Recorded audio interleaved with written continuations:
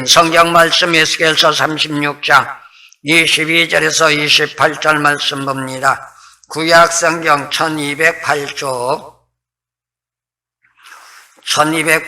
에스겔서 36장 22절에서 28절 말씀 상구해서 올리겠습니다. 그러므로 너는 이스라엘 족속에게 이르기를 주 여호와의 말씀에 이스라엘 족속아 내가 이렇게 행하면 너희를 위함이 아니요 너희가 들어간 그 열국에서 더럽힌 나의 거룩한 이름을 위함이라. 열국 가운데서 더럽힘을 받은 이름 곧 너희가 그들 중에서 더럽힌 나의 큰 이름을 내가 거룩하게 할지라. 내가 그들의 목전에서 너희로 인하여 나의 거룩함을 나타내리니 열국 사람이 나를 여호와인 줄 알리라. 나 주 여호와의 말이니라. 내가 너희를 열국 중에서 취하여 내고 열국 중에서 모아 데리고 곧 도에 돌아가서 맑은 물로 너희에게 뿌려서 너희로 정결케 하되 또 곧 너희 모든 더러운 것에서와 모든 우상을 섬기면서 너희를 정결케 할 것이며 또 새 영을 너희 속에 두고 내 새 마음을 너희에게 주되 너희 육신에게서 굳은 마음을 제하고 부드러운 마음을 줄 것이며 또 내 신을 너희 속에 두어 너희로 내 율례로 행하게 하리니 너희가 내 규례를 지켜 행할지라. 내가 너희 열조에게 준 땅에 너희가 거하여 내 백성이 되고 나는 너희 하나님이 되리라. 아멘. 오늘 성경 말씀 에스겔서 36장 22절에서 28절 말씀 하나님의 말씀에 불순종하고 징계의 대상이 되어서 바벨론의 포로로 잡혀갔던 이스라엘 백성들에게 하나님은 이스라엘 백성들을 구원해낼 것을 약속합니다. 그런데 문제가 있습니다. 단순하게 구원한다는 게 아니에요. 오늘날 우리로 말하면 예수 믿는 사람에게 어려움과 고난과 역경을 당면하고 육신의 질고가 있고 가정에 문제가 있고 생활과 여건 조건에 문제가 있는데 하나님을 믿으면 우리 모두가 복받는다고 합니다. 그리고 해결된다고 합니다. 그런데 여기에 오는 성경 말씀처럼 단순하게 믿는다고 해결되는 게 아니고 교회에 올라온다고 해결되는 게 아니고 교회에 다니면서 직분자가 됐다고 해결되는 건 아닙니다. 바로 이러한 것을 오늘 말씀에서 우리에게 가르쳐 줍니다. 그러면 어떻게 할 때 해결되고 어떻게 할 때 복을 받느냐? 오늘의 성경 말씀을 볼 때 하나님의 이름을 거룩하게 하래요. 그리고 하나님의 이름을 거룩하게 하려면 어떻게 해야 하느냐? 오늘 성경 말씀에서 말씀하고 있습니다. 하나님의 율례와 규례와 법도대로 살아가래요. 그럴 때 복받는 줄로 믿습니다. 이 삶이 뭔지 아세요? 이것을 다른 말, 세상의 사람들로 말하면 개혁입니다. 오늘날 우리나라도 문재인 대통령에서부터 정치인들이 개혁하자고 그러죠. 법조인들을 개혁하자, 뭐를 개혁하자 합니다. 그런데 저는 모르겠어요. 그 개혁이 좋은 것인지 나쁜 것인지 모르겠는데 어찌됐든 개혁을 하자고 하는데 많은 사람들이 개혁이라는 말을 많이 합니다. 그런데 오늘 성경 말씀에서 보면 바로 이 본문 말씀의 내용이 하나님이 이스라엘 백성들에게 개혁하라는 거예요. 개혁을 하는데 어떻게 개혁하느냐? 오늘날 현 시대 사람들처럼 새로운 걸 만들어내는 게 아니고 인간적인 입지에서 편하고 좋고 그 다음에 인간적인 사고에서 형통함으로 개혁하자는 게 아니에요. 힘들고 어려워도 어떤 개혁? 말씀으로 돌아가는 거예요. 예수 믿는 사람은 말씀으로 돌아가야 하고 세상의 사람은 법 안으로 들어가야 되는 줄로 믿습니다. 이게 개혁입니다. 말은 개혁하자 하면서 법을 떠나서 자기 편하게 자기 생각대로 자기 방법대로 개혁하자는 건요, 그건 개혁이 아니에요. 그건 잘못된 개혁이에요. 그렇게 되면 어떻게 되는지 아세요? 나라는 엉망진창 돼버려요. 나라만 엉망진창 되는 게 아니에요. 백성들은 도탄에서 허덕일 수밖에 없어요. 예수 믿는 사람 마찬가지입니다. 말씀 안으로 들어가는 개혁을 하지 않으면요, 사단 마귀만 역사합니다. 그러면 결국 어떻게 돼요? 가정의 문제를 해결해야 하고 그 다음에 자신의 질병을 고쳐야 하고 가정의 식구의 질병을 고쳐야 하고 흔히 말하는 복을 받아야 하는데 복도 받지 못하고 질병도 고치지 못하고 가정의 문제도 해결하지 못하고 더 엄청나게 어그러지고 뒤틀어지는 역사가 나타난단 말이에요. 왜 그래요? 올바른 개혁을 하지 못했기 때문에. 오늘날 현시대 우리나라 보세요. 저는 정치적인 것은 잘 모릅니다. 그러나 지나간 과거 지금까지 50여 년 한국이 정부가 생긴 이래 제가 볼 때는 가장 시끄러운 나라가 현실이 아닌가 생각해요. 하루도 잦은 날이 없어요. 데모가 한두 군데서 일어나는 게 아닙니다. 이 사람들 데모하고 저 사람들 데모하고 여자들 데모하고 남자들 데모하고 학생들 데모하고 아마 장사하는 사람들 데모하고 철도청들 데모하고 정치인들 데모하고 아주 우리나라가 무슨 나라나 제가 보면 데모 천국이에요. 이게 무슨 살기 좋은 나라예요. 이게 무슨 자기들 말한 것처럼 평화예요.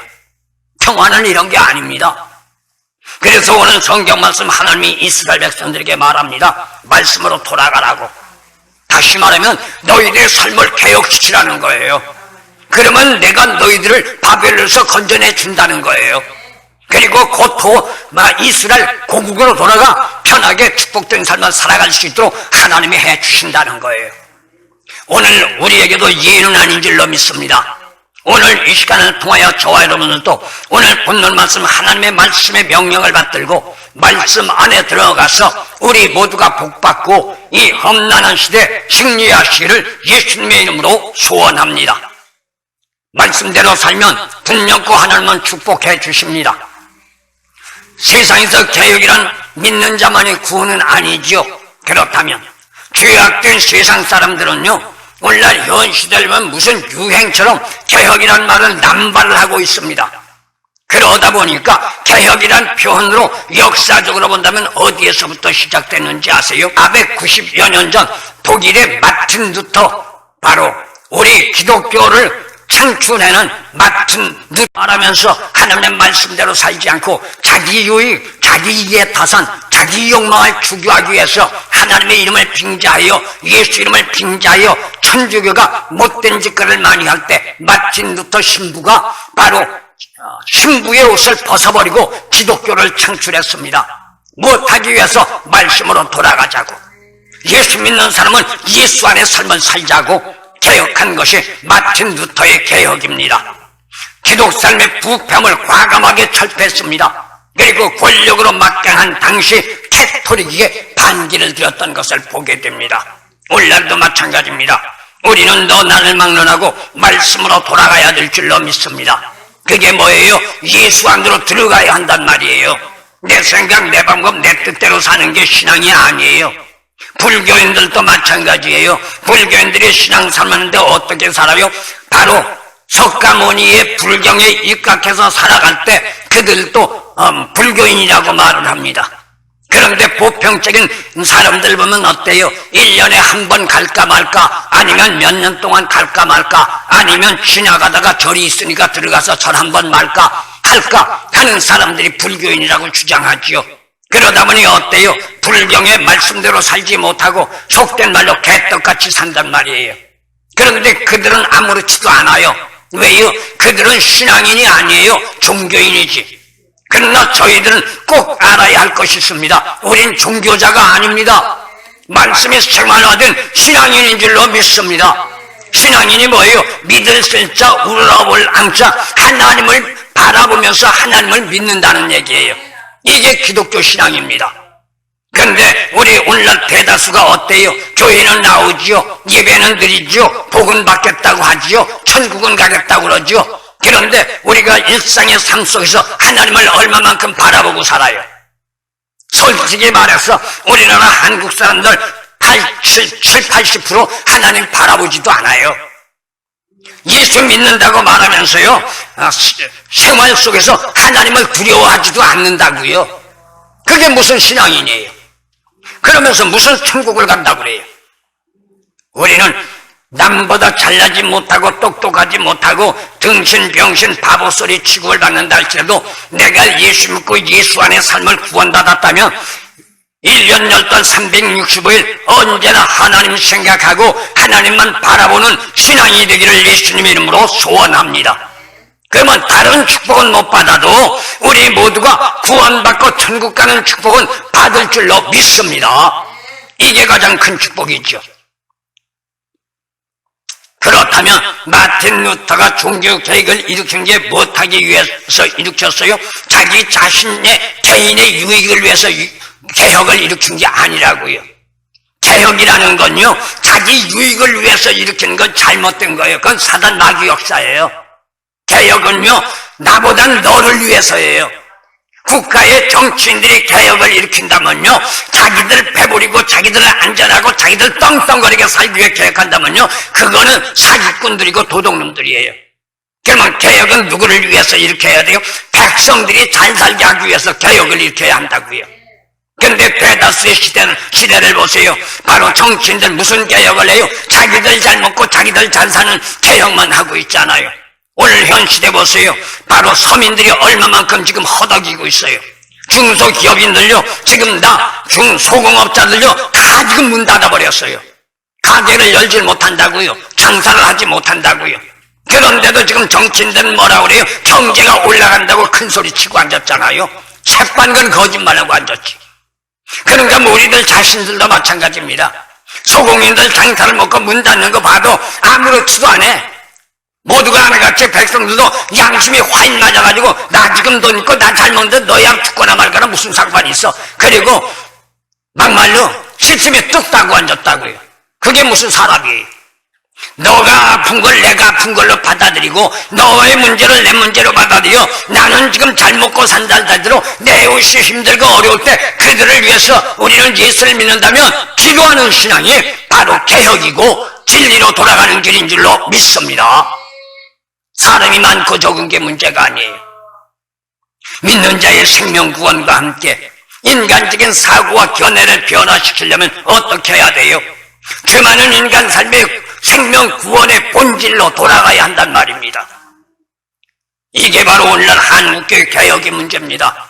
지금 많은 지도자들, 우리 한국교회 지도자들이 개혁하자고 합니다. 그런데 말은 개혁하자고 그래요. 그런데 그들의 실제적인 삶을 들여다보면요, 개떡 같은 삶을 살고 있다고요. 세상 사람들 말 맞다나 미자리 교회에 없는 사람들 몇십 천 대는 갑질들 하고 앉았다고요. 그게 무슨 개혁이에요? 저는 우리나라 현실 정치인들 보면 만약에 제가 문재인 대통령을 만난다면 그러고 싶어요.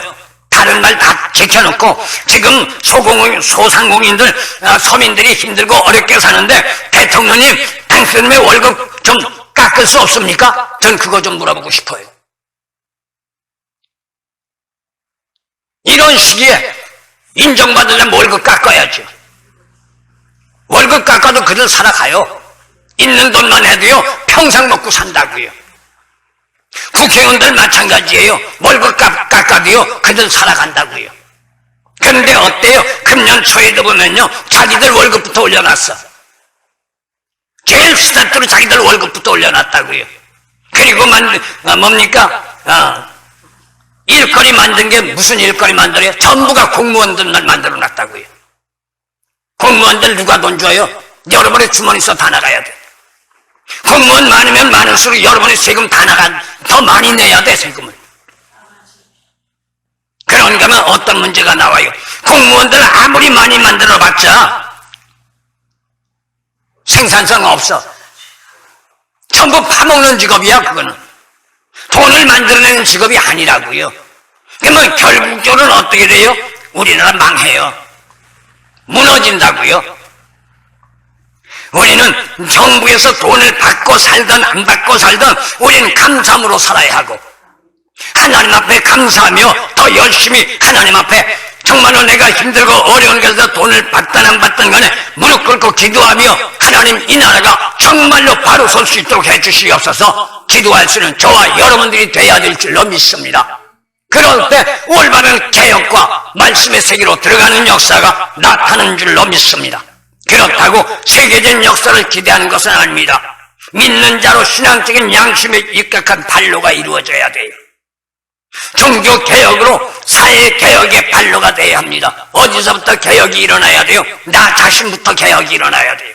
근데 우리 한국 사람들은 어때요? 정치인이 됐든 예수 믿는 신앙인이 됐든 불교인이 됐든 누가 됐든 너부터 하라는 거지, 나는 상관없다는 거지. 이렇게 되면요, 하나같이 다 그런 생각 가져보세요. 전부가 너만 하고 나는 아무 상관없어. 그러면 모두가 다 그렇게 망하는 거죠. 그래서 종교개혁이나 모든 개혁은요, 나부터 시작해야 돼요. 나부터 시작하면서 어디서부터? 내 가정에서부터. 그러면 사회가 개혁됩니다. 사회가 개혁되면 국가가 개혁될 줄로 믿습니다. 이건 오늘날도 마찬가지죠. 혼탁한 시대적인 역사로만 개탈할 것이 아닙니다. 우리는 사회만 원만하고 정치인들만 원망하고 있는 사람들만 원망하잖아요. 그건 잘못된 거예요. 내가 바로 서서 옆에 사람 한 사람 나가면 모든 전제 조건이 다 올바르게 이루어지는 줄로 믿습니다. 근데 우리는 어때요? 아이고, 나 같은 사람이 무슨 힘이 있다고, 나 혼자 해봤자 뭐 달라져, 이런 말들을 하잖아요. 근데 예수 믿는 사람들은 달라요. 내가 하는 전제 조건이 사람들에게 별별로 없을지 모르지만 내가 무릎 꿇고 기도하며 그렇게 나갈 때 하나님이 역사하면 엄청난 힘의 능력으로 사람의 마음을 움직이는데 누가 움직여요? 내가 움직이는 것이 아니라 하나님이 움직여 주신단 말입니다. 이게 바로 하나님의 역사고, 이게 바로 믿는 사람의 역사고, 이러한 역사가 있을 때 우리에겐 축복이 이루어지는 줄로 믿습니다. 이건 오늘날도 마찬가지입니다. 그렇다면 믿는 자로 진리에 입각한 삶으로 지향한다는 것, 그 자체가 개혁이란 명제가 이루어지는 거죠. 말씀대로 사는 자체가 개혁이에요. 사실 우리나라에 기독교가 들어온 지 이미 벌써 100년이 넘었습니다. 하지만 그럼에도 불구하고 하나님의 말씀의 진리에 성숙해야 할 기독인들이 오히려 퇴보해 들어가고 있다고요. 기독교가 처음 우리나라에 들어왔을 때 기독교인들은요, 정말로 철저한 신앙삶을 살았습니다. 오늘날 현시대 기독인들요, 그분들 앞에 갖다 놓으면요, 그림자도 못 따라가요. 우리는 그러한 신앙으로 돌아가야만 될 줄로 믿습니다. 그러다 보니 어떤 문제가 됐어요? 이 땅의 윤리와 도덕은 이미 오래전에 땅에 떨어져 버렸습니다. 사람들 윤리와 도덕을 모릅니다. 오늘날 대다수의 배운 자들에게도 대화를 하면서 윤리와 도덕을 얘기를 하면, 아이고, 그 캐캐묵은 옛날 거 왜 들춰내? 지금 윤리가 무슨 소용이 있고 도덕이 무슨 소용이 있어? 이렇게 말합니다. 이건 완전히 무식이 깡통인 사람들이에요. 윤리와 도덕이 깨지면요, 가정은 풍지박산 나는 거예요. 가정이 풍지박산 나면요, 사회는 무너질 수밖에 없고, 사회가 무너지면 나라는 멸망할 수밖에 없습니다. 신앙적인 자존심이 어디에서 무너진지 아세요? 윤리와 도덕이 무너지면서 신앙적인 자존심까지 무너져버리고 말았다고요. 그러니 개혁이란 말만 할 뿐이죠. 하나의 구호밖에 안 된단 말이에요. 반면에 혼탁한 시대에 선택되어 부름받았다는 사실에 우리는 민감한 반응을 가져야 합니다. 왜요? 하나님이 왜 나를 불러주시는 걸 바로 알자는 얘기예요. 내가 왜 교회를 올라오자는 걸 바로 알자는 얘기예요. 내가 왜 예수를 믿어야 하는가 우린 바로 알아야 돼요. 이걸 깨닫지 못하고 그냥 예수 믿는다, 그냥 교회 다닌다, 아무 소용없습니다. 솔직히 말해서 생명구원 천만의 말씀이에요. 천국이요? 꿈에도 생각하지 말아야 돼요. 내가 왜 예수를 믿어야 하며, 내가 왜 교회를 다녀야 하며, 내가 왜 신앙생활을 해야 하는가, 내가 왜 직분자가 됐는가, 이걸 바로 깨닫고 여기에 깨달음이 위해서 나갈 때 하나님은 나와 함께하고 예수님이 나를 끌어주시고 성령님이 나를 도와주시면서 우리의 나가는 길이 달라지는 줄로 믿습니다. 이게 바로 축복의 길이라는 거죠. 그렇다면 한번 생각해 보세요. 개혁은 진리로 돌아가는 것이라고 제가 말씀드렸습니다. 그렇다면 진리로 돌아가는 개혁을 하기 위해서는 어떻게 해야 돼요? 하나님의 말씀인 진리를 지켜나가야 돼요. 이 말은 다시 말하면 하나님의 말씀대로 살아가야 한단 말이에요. 그렇지 않으면 개혁은 이루어질 수가 없습니다. 그런데 이게 쉬운 건 아니에요. 힘들어요. 어려워요. 그래서 오늘날 대다수 사람들이 편하고 아름답고 형통한 것만 찾고 있는 거예요. 왜 그럴까요? 진리의 말씀으로 살아가면요, 핍박과 박해를 받을 수밖에 없어요. 반면에 멸시와 천대를 받으면서 사람들에게 소외를 당할 수밖에 없어요. 왕따 당한단 말이에요. 그렇다면 유행처럼 말하는 개혁이란 진정성 있는 체계로 돌입해 나가야 하는데, 이렇게 들어가기 위해서는 무엇부터 알아야 하느냐? 내가 믿는다는 본질적 근본의 원인부터 바로 알고 들어가지 않으면 바른 길로 들어갈 수가 없고 신앙의 생활을 바로 할 수 없다는 거예요. 정말로 신앙생활하기가 쉬운 거 아닙니다. 왜 그런지 아세요? 신앙생활 하면요, 나보다 너를 먼저 생각해야 돼요. 그런가 하면 내가 없어도 나보다 더 못한 사람을 줄 건 없다면 무릎 꿇고 기도할 줄 아는 사람이 돼야 돼요. 그런가 하면 누군가가 구제를 하기 위하여 나보다 못한 사람을 갖다 줄 때, 예를 들어서 우리 권사님이 저에게 쌀을 사다 줬어. 그런데 누가 그걸 봤어. 그러면 그건 뭐예요? 쌀이에요. 뭐 하려고요? 목사님 갖다 드리려고. 아이고 잘했네 권사님. 나는 못하더라도 아이고 참 잘했네, 복받을 일이네, 이렇게 말해줘야 돼. 그런데 어떤 사람들은 내가 서울에서 보니까 그래, 왜 갖다 줘? 목사 잘 먹고 사는데, 이렇게 말한단 말이에요. 이거는 자기가 복받을 일이 아니야. 내가 서울에서 느낀 겁니다. 장로가 그랬다고요. 신방을 갔는데 그 신방 받는 집사님이 점심을 사겠다고 그랬어. 점심을 사겠다고 그러니까 장로 부인이 한 말이, 아이고 오늘은 내가 목사님 대접할 거야. 사지마 사지마. 왜? 집사님이 사? 그리고 나가서 점심을 샀어. 나는 그 장로 사모님이 사는 줄 알았지? 그래서 그 장로 사모님을 놓고 축복 기도를 해줬어. 그런데 월말에 교회에 재정, 헌금, 계산을 하는데 그 점심값이 장로 사모님이 산 게 아니라 재정에서 나갔더라고. 그건 뭐예요? 그건 도둑질이야. 그런데 축복 잡담할 땐 좋았겠지요. 우리가 분명히 알아야 돼요. 근데 놀란 게 뭔지 아세요? 계속 그런 문제를 하니까 우리 아들하고 똑같은 나이야. 고등학교 3학년 전반기 마치고 후반기에 들어가자마자 집 나가서 지금도 소식 없어. 이게 하나님의 역사예요. 그럼 우리는 어떻게 해야 돼요? 남에게 베풀어주는 사람 배 아파하지 마라. 남을 도와주는 사람은 그 사람이 있든 없든 상관하지 마라. 아이고 복받았네, 잘했네. 나는 못하지만 정말로 잘했네. 칭찬해주고 그 사람 위해서 기도해줘야 돼. 그게 복받는 길이에요. 그렇지 않고 성도님들이 신방을 가면 목사님 힘들다고 사례비 얼마 안 받았거든요. 그 당시에는 50만 원밖에 안 받았어요. 그러니까 차 가지고 다니면서 신방 다닐 때 차 가지고 다니지, 원로 목사님 어디 가면 태워다 주지, 성도들이 또 어디 간다면 태워다 주지. 그러다 보니까 기름값이 만만치 않더라고요. 그러니까 성도님이 신방 가면 목사님 기름값 하세요. 그리고 헌금 봉투를 주어요. 기름값 하라고 준다고요. 근데 장로가 뭘 하는지 아세요? 목사를 왜 줘? 사례비 받는데. 그거는 재정에다 넣어야지. 이렇게 방해 공작했다고요. 근데 어떤지 아세요? 아들 집 나가버렸죠. 장로 교통사고 나서 다리 부러져 버렸죠. 저는 두 눈으로 똑똑히 보면서 올라왔습니다. 정말로 불쌍한 존재예요. 왜 그래요? 교회는 다니고 직분은 자는 내거 예수를 믿는다고 말하며 복음 받겠다고 말하며 구원받고 천국에 가겠다 말하는데 하나님의 말씀을 모르고 하나님의 방법을 모르기 때문에 자기 생각대로 생각하는 거예요. 이건 개혁이 아니에요. 우리는 내 생각은 버려야 돼. 하나님의 뜻 안에 살아갈 때 우린 축복받는 거예요. 그 순간은 아무렇지도 않아요. 근데 시간과 세월이 가면서 하나님은 그래, 야 이놈아, 너 왜 내 종을 가지고 못 살게 굴어?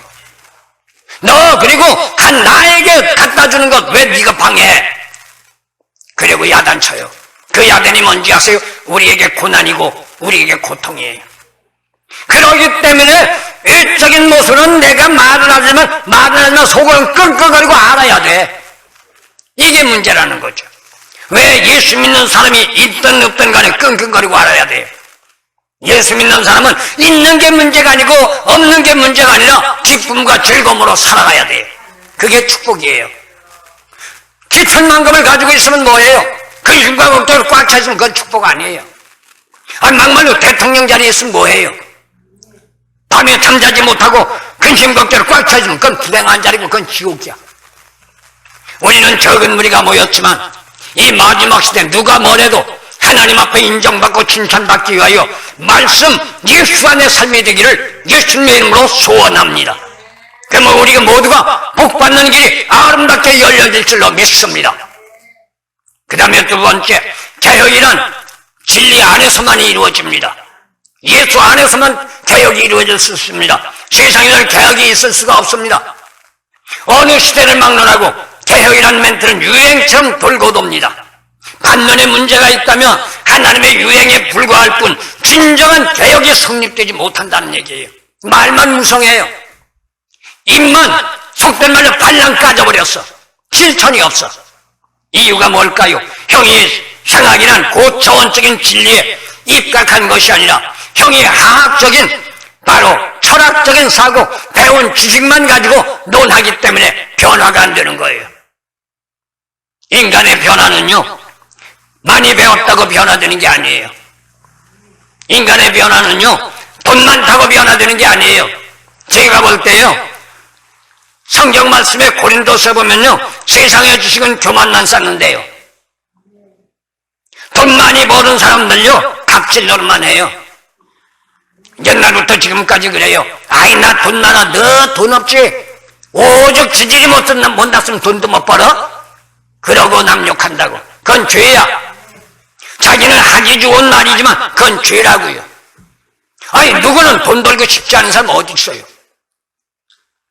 근데 돈이 내 맘대로 벌려요? 아니에요. 세상에 사람들은 그렇게 말할 수 있어요. 내 맘대로 벌린다고. 그런데 하나님이 악기를 맞아 놓으면 아무리 건강해도 땡전구리 한 푼 벌 수 없어. 그게 하나님의 역사예요. 더욱이 예수 믿는 사람은 예수 안에 바로 들어가 말씀대로 살아서 하나님의 인정받으면 내가 돈을 쫓아가는 것이 아니라 돈이 나를 따라오는 길이 열려지는 줄로 믿습니다. 이러한 축복 받으시기를 소원합니다. 그러려면 어떻게 해야 돼요?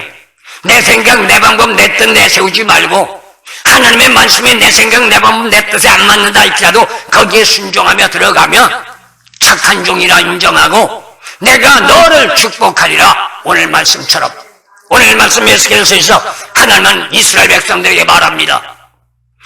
너희들이 이렇게 온 것 문제는 뭐냐? 내 이름을 더럽혔다는 거예요. 이스라엘 백성 잘못한 게 본인의 잘못이지만 궁극적으로 하나님의 영광을 가리운 거예요. 우리 마찬가지예요. 이웃을 욕하고 지금 금방 말씀드린 것처럼 하나님 앞에 드리는 헌금 또한 목사님 갖다 주고 또한 어려운 집사님 갖다 주고 이러한 전제 조건을 볼 때 방해하는 것 그건 그 사람에게 갖다 주지 말라는 게 아니라 하나님 앞에 드리지 말라고 방해하는 거야. 그러면 하나님이 진노하죠. 너 왜 그가 나에게 가져오는데 방해해? 그리고 야단친단 말이야. 그 야단이 의덕 터지는 거야. 이게 문제라는 거죠. 이러한 진리를 바로 깨닫지 못하면 우린 평생 동안 이러한 상황에서 벗어나지 못하고 구원받는다고 평생 동안 예수 믿었지만 마지막 날 구원의 길로 들어가지 못하고 주님 앞에 책망받고 어두운 데 쫓겨나서 두 다리 쭉 뻗고 땅을 치며 이를 갈며 통곡할 수밖에 없단 말이에요. 이렇게 우린 돼서는 안 될 줄로 믿습니다. 누가 뭐래도 예수 믿고 구원받아 천국 가야 될 줄로 믿습니다. 믿으시면 할렐루야. 그렇다면 이러한 축복 우리 모두에게 여러분에게 있어지기를 다시 한번 소원합니다. 그러려면 어떻게 해야 돼요? 마음이 먼저 변화돼야 돼요. 외적인 모양새가 아니에요. 이 마음부터 변화시켜야 돼요. 옛날 어른들 말만 떠나 마음을 곱게 먹으란 말이에요. 이게 우리나라 일반적인 옛날 어른들의 말씀이에요. 마음이 변화되라는 말은 마음을 곱게 먹으란 말이에요. 마음을 곱게 먹으면 옛날 어른들 예수 믿지 않는 사람들도 말하길 하나님이 축복하신대. 명심보감에서 분명히 말했습니다. 자활유선자는 천도지복하고 이불선자는 천도지환이라. 하나님 앞에 선을 행하는 자는 복을 받고 하나님 앞에 선을 행하지 않는 자는 화가 온대요.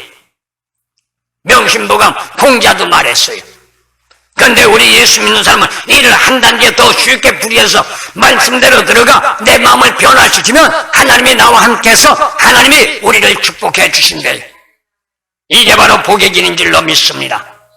만약에 그렇지 못하면 아무리 예수를 믿는다 할지라도 교회는 다니며 복음은 증거한다 할지라도 울리는 괭과리밖에 되지 않습니다. 다시 말하면 시끄러운 소리밖에 되지 않아요.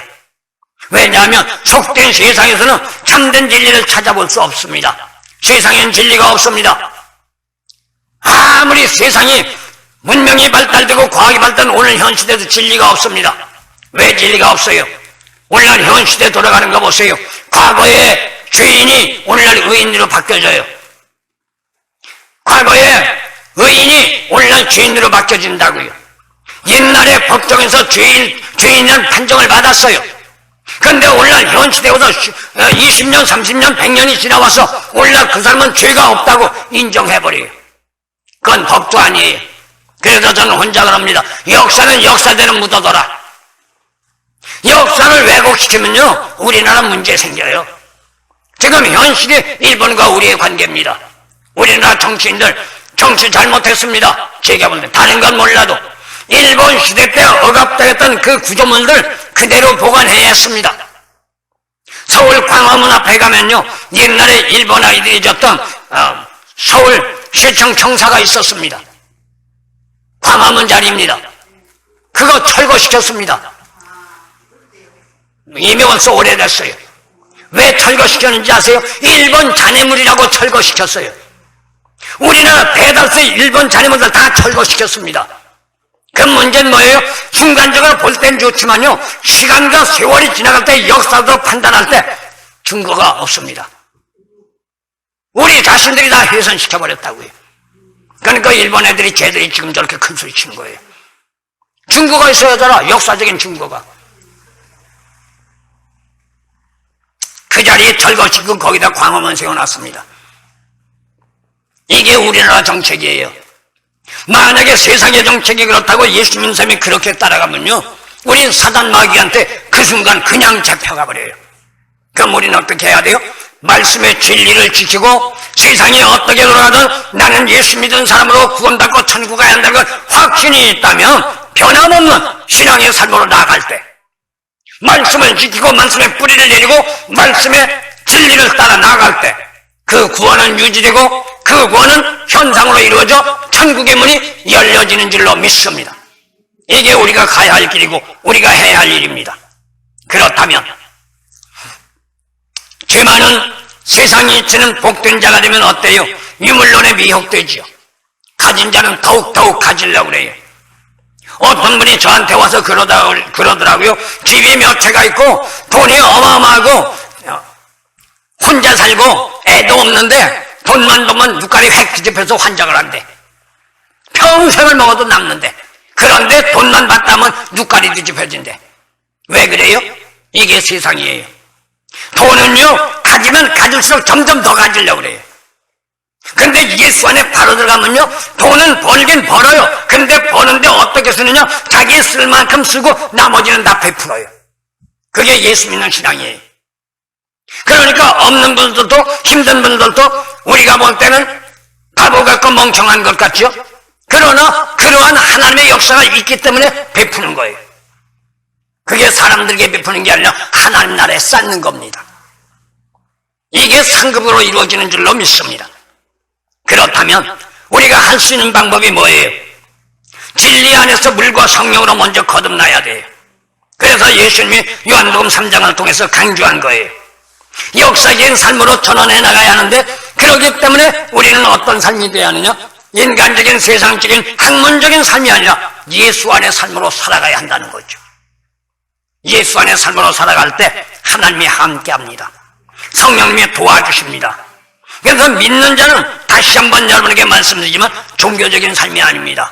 우리 기독교는 종교가 아닙니다.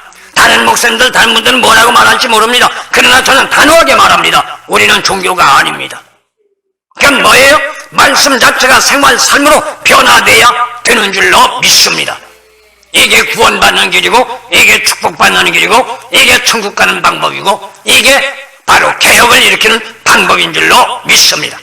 그리고 세 번째, 믿는 자의 개혁은 어디에서 일어나야 하느냐? 하나님의 역사에서 일어나야 합니다. 그렇기 때문에 오늘 성경 말씀 에스겔서서 말합니다. 하나님이 이스라엘 백성들에게 내 이름을 거룩한 걸 더럽혔다는 얘기예요. 그래서 너희들이 바벨론의 포로로 잡혀갔대요. 그러나 너희들이 이러한 사실을 깨닫고 돌이키게 되면 그게 뭔지 아세요? 그게 25절에서 보니까 이렇게 말해요. 맑은 물로 너희에게 뿌려서 너희로 정결케 하되 곧 너희 모든 더러운 것에서와 모든 우상을 섬기면서 너희를 정결케 할 것이며, 우상 숭배에서 벗어나래요. 그리고 예수님의 간섭을 받아야 돼요. 간섭을 받으면요 사실 고달퍼요. 조금만 잘못해도요 이게 막 벌렁벌렁 해. 사람들과 대화하는데 사람들이 이상한 소리만 해도 내가 들을 때 얼굴이 화끈화끈하면서 이게 벌렁해. 그러면 그들과 같이 대화를 할 수가 없어. 하면 안 돼. 그들과 같이 다니면 이 벌렁거리는 게 잠잠해지면서 사단마귀가 들어와 박수 쳐버려. 그래 너도 잘한다. 그럼 끝나버리는 거예요. 그래서 말씀 지킨다는 게 쉽지 않고 말씀대로 산다는 것이 쉬운 게 아닙니다. 그러나 쉽지 않더라도 어렵더라도 우리는 지켜야 하고 살아가야 되는 줄로 믿습니다. 왜요? 천국 가기 위해서. 그렇다면 믿는 자라고 말할진데 너 나를 막론하고 우리가 지금까지 살아온 과정들이 어떠하든지 간에 우린 뒤돌아보고 잘못된 것은 회개하고 돌이켜야 될 줄로 믿습니다. 만약에 그렇지 않으면 믿는다는 말은 할지 모르지만 개혁된 삶으로 나갈 수가 없습니다. 그럼 어떻게 돼요? 옛 곳을 그대로 젖어 있을 수밖에 없어요. 그리고 포장만 해요. 나도 믿어, 나도 교회 다녀, 나도 직분자야. 포장만 해요. 포장만 가지고는 구원받을 수 없고 축복받을 수 없어요. 설령 철석같이 맹세했다 할지라도 그 맹세가 삶의 생활 전반에 접목되어 이루어지지 않는 한은 우리는 죄악의 길에서 벗어날 길 없고 사단 마귀의 유혹을 배제할 수가 없단 말이에요. 그런데 여러분 한번 생각해 보세요. 오늘날 현 시대를 보면 유행처럼 쏟아지는 게 뭔지 아세요? 사명자들이에요. 나가서 대화를 해보면요 하나같이 다 사명자예요. 사명자는요 누가 사명자인지 아세요? 목사가 되려면 저는 그럽니다. 정말로 하나님 앞에 완전히 메인자가 되라. 하나님 앞에 완전히 간섭받고 하나님 앞에 메인자가 되라. 그러지 않으면요 목사라고 말 타이틀은 붙여놨지만 힘들면 나가 일해요. 나가서 일하게 되면요 목사 직업 유지 못합니다. 죽어도 살아도 목사는요 단상에서 무릎 꿇고 이 길만 파고 들어가야 합니다. 그런데 모르는 사람들은 그런 사람 보고 욕하지요. 멀쩡한 놈이 말이야 나가서 돈을 벌어도 먹고 살 텐데 목사가 됐다고 돈도 안 벌어? 그러고 욕합니다. 그건 모르는 소리예요. 이 길은 생명 걸지 못하면요 들어갈 수가 없어요. 그럼 어떻게 먹고 살아요? 영혼 구원시켜 그들이 가져다주는 감사 헌금으로 생활할 수 있는 게 바로 목사입니다. 그렇다고 성도들이 갖다주는 게 아닙니다. 성도들은 하나님 앞에 드립니다. 그리고 드려진 물질 하나님이 축복해 줍니다. 성도에게는. 그리고 그 물질을 하나님이 다시 바로 사명자들에게 공급해 줍니다. 이게 바로 하나님의 체계죠. 그럼 어떻게 해야 돼요? 하나님 앞에 부름받은 자는 힘들고 어려워도 진리 말씀하셔서 나갈 때 하나님은 기필코 그 사람은 붙잡아 주시고 기필코 그 사람에겐 축복하시고 이 땅에서는 힘들고 어려우면 저 천국에 가서는 엄청난 축복의 일이 우리에게 주어진다는 얘기예요. 그래서 생각하는 차원이 우리나라 초대교회와 오늘날과 많이 다릅니다. 우리나라 초대교회 정말 사명자들은요, 죽기 살기로 하나님의 일만 했어요. 마치 성경에서 보는 엘리야나 사도 바울이나 아니면 세례 요한과 같은 일을 했다고요. 근데 오늘날은 안 그래요. 일단 복하면 세상에서 풍요롭게 누려야만이 복인 줄 알아요. 그러다 보니 유물론주의가 바로 교회에도 들어와 버렸다는 얘기죠. 그러니 결과는 어때요? 교회가 침체돼서 바닷물에 깔아앉는 시대가 돼버리고 말았습니다. 이러한 시대에 저와 여러분을 불러준 이유는 바로 오늘 성경 말씀 하나님이 에스겔에게 이스라엘 백성에게 말하는 것처럼 개혁의 신앙의 발로자가 되어 힘들고 어려도 기도하고 하나님 앞에 간구하여 세상적으로는 힘이 없고 세상적으로는 별볼로 없지만 하나님의 백그라운드를 양롭게 굳건하게 걸머매고 나가면 하나님은 여러분의 기도를 들어주시고 여러분의 신앙으로 말미암아 사회와 나라와 민족이 달라지는 역사가 나타날 줄로 믿습니다.